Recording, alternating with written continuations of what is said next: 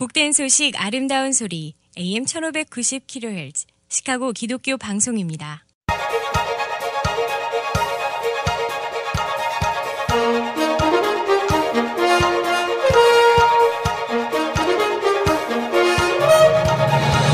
김정일 해설위원의 시사 해설. 세상을 넓게 봅니다. 삶의 지평이 넓어집니다.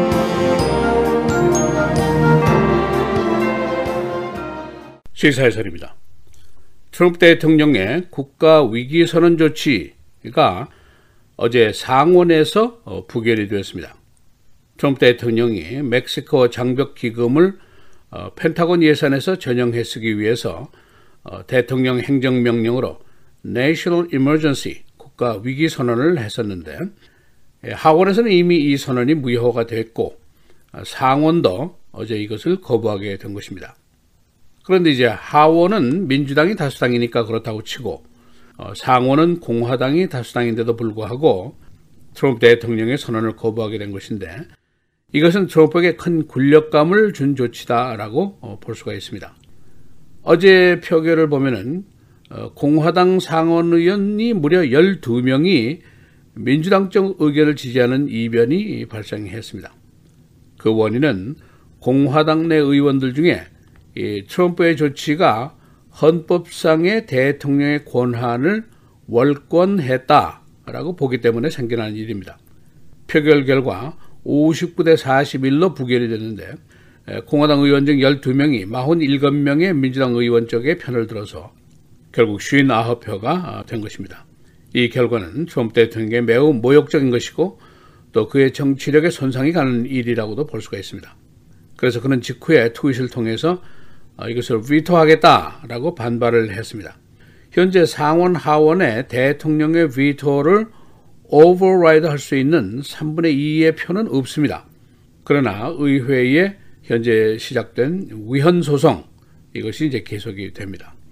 그래서 오늘은 어제 있었던 상원의 트럼프 대통령의 국가 비상사태 선언에 대한 거부의 내용은 어떤 것인지 그 이유는 무엇인지 또 앞으로 정치권의 계획은 무엇인지 알아보겠습니다. 이 트럼프 대통령의 멕시코 장벽 건설이라는 것은 그의 정치적 기반층에 대한 굳은 약속입니다. 이것을 포기한다는 것은 2020년대 재선을 포기하는 것이나 마찬가지 결과를 가져오게 됩니다. 그러나 민주당 측에서는 이 장벽에 대한 무용론 이것을 또 포기할 수가 없는 일입니다.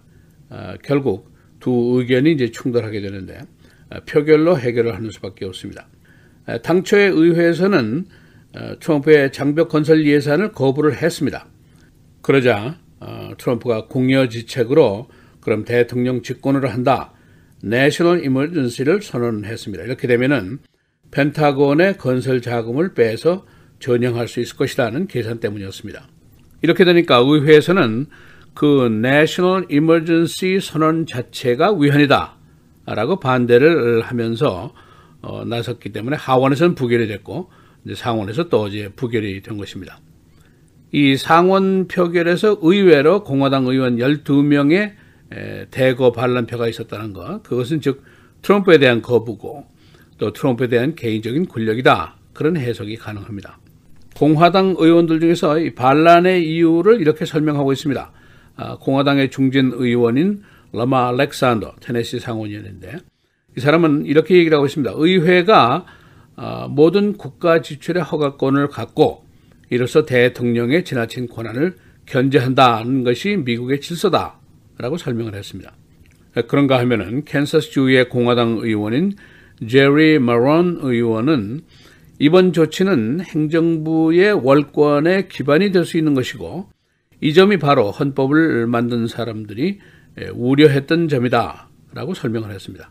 즉 민주주의 국가의 기본인 삼권 분립의 원칙을 훼손하지 말아라 하는 의지의 표현이라고 볼 수가 있습니다. 트럼프 대통령에게 반대 의견을 던진 상원 의원들은 미주리, 메인, 유타, 알래스카, 오하이오, 플로리다, 펜실베니아, 켄터키, 미시시피를 대표하는 상원의원들입니다. 거의 전국적인 반대라고도 볼 수가 있습니다. 트럼프 대통령이 이미 이 의회의 결의안을 비토하겠다고 이제 결심을 했고 의회에서는 상원 하원이 이 비토를 무효화하기 위한 표결을 다시 시도하게 됩니다. 하원은 3월 26일로 표결 일정이 이미 잡혀 있습니다. 그러나 상원, 하원, 양원에서 모두 3분의 2 표를 확보하기는 어려운 것이 현실입니다. 그러나 이 조치는 이미 시작이 된 소송에게 힘을 보태게 될 것이다 라는 전망입니다. 국경의 인근 한 주를 비롯해서 전부 16개 주가 소송에 이미 들어가 있고 또 다른 여러 소송들이 트럼프의 조치는 헌법상의 근간인 권력의 분리 원칙을 위배한 것이다. 언어 도단인 위헌 조치다라는 반론을 펴면서 진행이 되고 있습니다. 공화당 반대 의원들의 입장이 꼭 편치만은 물론 않습니다. 우선 트럼프 대통령의 개인적인 공격을 받게 될 것이고 공화당의 당론에 반한 조치라고 볼 수 있기 때문에 공화당 표밭의 반발도 두렵습니다. 특히 2020년도 재선에 나갈 의원들이 우려가 큽니다. 그래서 당초에 트럼프 대통령의 반기를 들었던 노스캐롤라이나의 탐 틸리스 상원의원 같은 사람은 어제 반대 의사를 번복하고 트럼프 대통령에 대한 찬성표를 최종적으로 던졌습니다. 이제 진퇴양난에 빠져있는 공화당의 의원들 중에 3명이 수요일 밤 늦게 저녁 식사를 하고 있던 트럼프를 화이트하우스로 찾아가서 담판을 벌인 사건이 여러 언론들에 의해서 어제 공개가 됐습니다. 이런 스토리입니다. 린지 그램 상원의원, 사우스캐롤라이나, 그리고 네바다주의 벤 사스 상원의원, 그리고 플로리다의 테드 크루즈 상원의원, 이 3명이 저녁 식사 중이던 트럼프를 화이트하우스로 돌연히 방문을 했습니다. 그래서 대안을 제시했는데 국가 비상사태를 시한부 조건으로 해라 또는 국방 예산의 전용은 하지 않겠다는 조건을 붙여라 뭐 이런 대안들을 제시했습니다. 이때 트럼프가 화이트하우스 내에 있던 측근들과 법률팀들을 불러서 의견을 청취한 후에 이들의 대안 제시에 대해서 퇴짜를 놨다는 후문입니다. 이때 분위기가 상원 의원들이 트럼프에게 혼만 나고 물러났다 이런 정도로 보도를 하고 있습니다. 그리고 트럼프에게 모멸감을 안겨준 또 하나의 사건이 있었습니다. 바로 상원 국방위원회의 청문회였습니다. 멕시코 국경의 불법 이민자들의 침입으로 얼마나 위협을 받고 있는가에 대한 평가 성격의 청문회였습니다. 답변에 나섰던 합참의장 조셉 덩컨 주니어 대장이 이것은 보안 문제지 군사적인 위협이 아니다. 고로 나는 남부 지역에 배치된 6,000명의 병력 중에서 40%를 빼내겠다라고 이 자리에서 답변을 했습니다. 그런데 이 병력 배치는 군 통수권자인 트럼프 대통령이 직접 지시한 겁니다. 그의 지시가 합참의장에 의해서 부분적으로 거부됐다는 것 역시 모멸감을 느낄 수 있는 사건입니다. 또 한 가지가 있는데 어제 하원에서 특검의 조사 보고서를 전량 일반에게 공개하라라는 결의안을 통과를 시켰습니다. 만장일치 통과인데 공화당 진영도 모두 여기에 합세를 했습니다. 트럼프 대통령은 이 특검의 조사가 날조다라고 오랫동안 계속해서 주장을 해왔는데 의회의 의견은 그것이 아니다 그런 뜻입니다. 이 특검의 조사가 끝이 나면 그 보고서가 윌리엄 벌 법무부 장관에게 가게 되는데 그가 일반 퍼블릭 또는 의회에 어디까지 공개할 것인가를 정하게 됩니다. 어제 결의안은 법적인 구속력이 있는 것은 아니지만 법무부 장관이 매우 큰 압력을 받을 수 있는 조치입니다. 국민 여론조사를 해보니까 80%가 이 모든 것을 퍼블릭에 공개해야 한다 하는 의견을 가지고 있습니다. 시사해설 김재일입니다.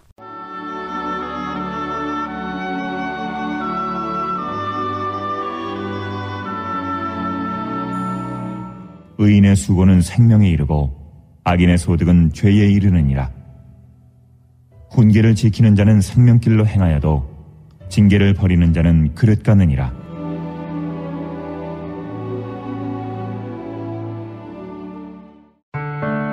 미디어를 통한 세계 선교를 꿈꾸는 KCBS.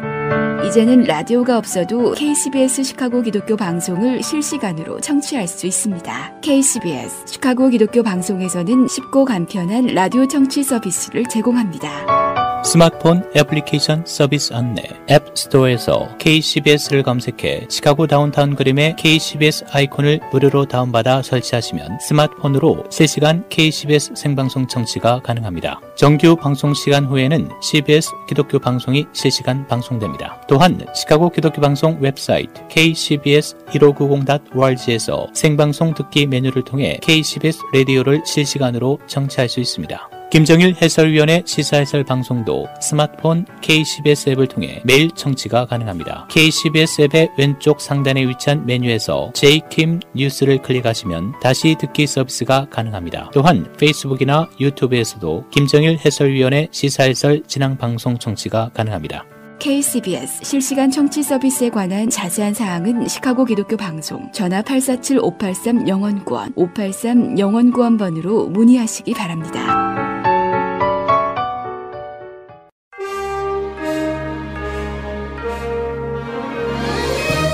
3월 15일 금요일 KCBS 헤드라인 뉴스입니다. 오늘 뉴질랜드 남섬 최대 도시인 크라이스트처치 이슬람 사원 두 곳에서 총기 난사 사건이 발생해 49명이 숨지고 40여 명이 부상을 입었습니다. 이번 사건은 크라이스트처치 해글리 공원 인근에 있는 알누르 이슬람 사원과 교회의 리노드 이슬람 사원에서 신자들이 많이 모이는 기도 시간에 발생했다고 언론들이 보도했습니다. 뉴질랜드 보건당국은 총격 사건으로 총 49명이 숨지고 40여 명이 부상했으며 부상자 중에는 어린이도 포함되어 있다고 발표했습니다. 아던 총리는 경찰이 사건 발생 후 총 4명을 체포했다며 주범 1명과 공범 2명, 나머지 1명은 범행과 직접 관련이 없다고 설명했습니다. 현재 뉴질랜드 당국은 뉴질랜드 내 모든 사원과 학교를 폐쇄했습니다. 트럼프 대통령은 어제 상원이 국경 장벽 건설비 조달을 위한 대통령의 국가 비상사태 선포를 무력화하는 결의안을 통과시키자 대통령으로서 거부권을 행사할 것이라고 밝혔습니다. 트럼프 대통령은 상원이 국가 비상사태 저지 결의안을 찬성 59표, 반대 41표로 가결한 직후 트윗을 통해 간결 명료하게 비토라고 말했습니다. 자신의 뜻을 강조하고자 대문자로 표기했습니다. 트럼프 대통령은 상원의 결의안 통과에 대한 첫 트윗을 올린 지 27분쯤 뒤에 다시 민주당에 의해 주도된 국가 비상사태 무력화 결의안을 비난했습니다. 하원은 어제 러시아의 미 대선 개입 여부에 대한 뮬러 특검의 조사에 대한 최종 보고서를 빠짐없이 공개할 것을 요구하는 결의안을 만장일치로 채택했습니다. 이 결의안이 찬성 420표 대 반대 0에 만장일치로 채택된 것은 윌리엄 바 법무장관에게 뮬러 특검의 조사가 완료되는 대로 가능한 한 많은 정보들을 공개하라고 압박하기 위한 상징적인 행동으로 받아들여집니다. 민주당은 2년이 다 돼가고 있는 뮬러 특검의 조사가 거의 마무리되고 있는 것에 맞춰 이 같은 결의안을 발의했습니다. 그러나 결의안은 상원에서 채택되지는 않을 것으로 보입니다. 팔레스타인 자치령인 가자 지구에서 2014년 전쟁 이후 처음으로 이스라엘 텔아비브를 겨냥한 라켓 공격이 가해졌습니다. 이에 이스라엘군이 항공기를 동원한 공습으로 맞대응하면서 이 지역의 긴장이 다소 고조되고 있습니다. 언론에 따르면 어제 팔레스타인 자치령 가자 지구에서 두 발의 장거리 라켓이 텔아비브를 향해 발사됐습니다.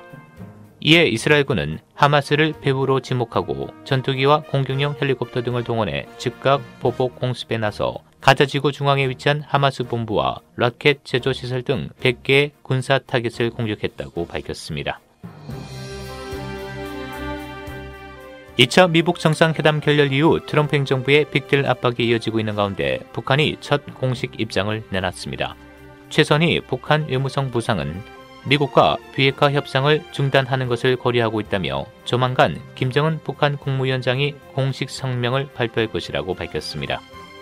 청와대는 최 부상의 정확한 발언과 의미를 다각도로 접촉해 파악 중이라면서 어떤 상황에서도 미북 협상 재개를 위해 노력하겠다는 입장을 밝혔습니다. 일리노이 주의회는 새 주지사의 등장과 함께 새로운 법안 통과를 서두르고 있습니다. 주의회는 흡연 연령을 21세로 높이는 법안을 비롯해 고용 신청 시 개인 사적 질문에 대한 제한을 두는 법안 등의 통과를 진행하고 있습니다. 이는 전임 주지사에 의해 거부된 것들인데 의회는 지난달에 이미 최저임금 인상안을 통과시켰었습니다. 졸리엣 지역의 노후화 교량 문제를 놓고 주 당국과 시민들이 이견을 보이고 있습니다. 이 다리는 외관상 부식한 콘크리트와 교각의 일부 기울어진 각도 등으로 불안전성을 보이고 있는데 그러나 주 교통당국은 검사 결과 안전하다는 입장을 고수하고 있습니다. 일리노이 주 내에 노후된 교량들이 많아 문제가 제기됐으며 지난달에는 렉시오 교량이 위험에 노출돼 교통금지 조치까지 있었습니다. 에반스턴 공원에서 연적들의 싸움이 벌어져 한 명이 사망했습니다. 윌리엄 트윅스 공원 부근에서 지난달 초 30대 남성 2명이 다투다가 한쪽이 총으로 다른 한쪽을 7발이나 쏘아 선장에서 사망하게 했습니다. 검찰은 이 사건의 동기를 연적들끼리의 결투로 보고 가해자에게 1급 살인죄를 적용해 어제 기소했습니다. 날씨입니다. 오늘 침수주의보가 발령된 가운데 흐리고 오전 한때 약간의 비가 내린 지역 있겠습니다. 낮 최고 39도, 밤 최저 27도. 내일 토요일 다소 구름 많은 대체로 맑은 날씨 보이겠습니다. 낮 최고 40도, 밤 최저 27도. 주일 오전에 흐린 곳이 있겠으나 대체로 맑은 날씨 보이겠습니다. 낮 최고 40도, 밤 최저 27도. 다음 주 월요일 다소 구름 낀 대체로 맑은 날씨 보이겠습니다. 낮 최고 43도, 밤 최저 29도입니다.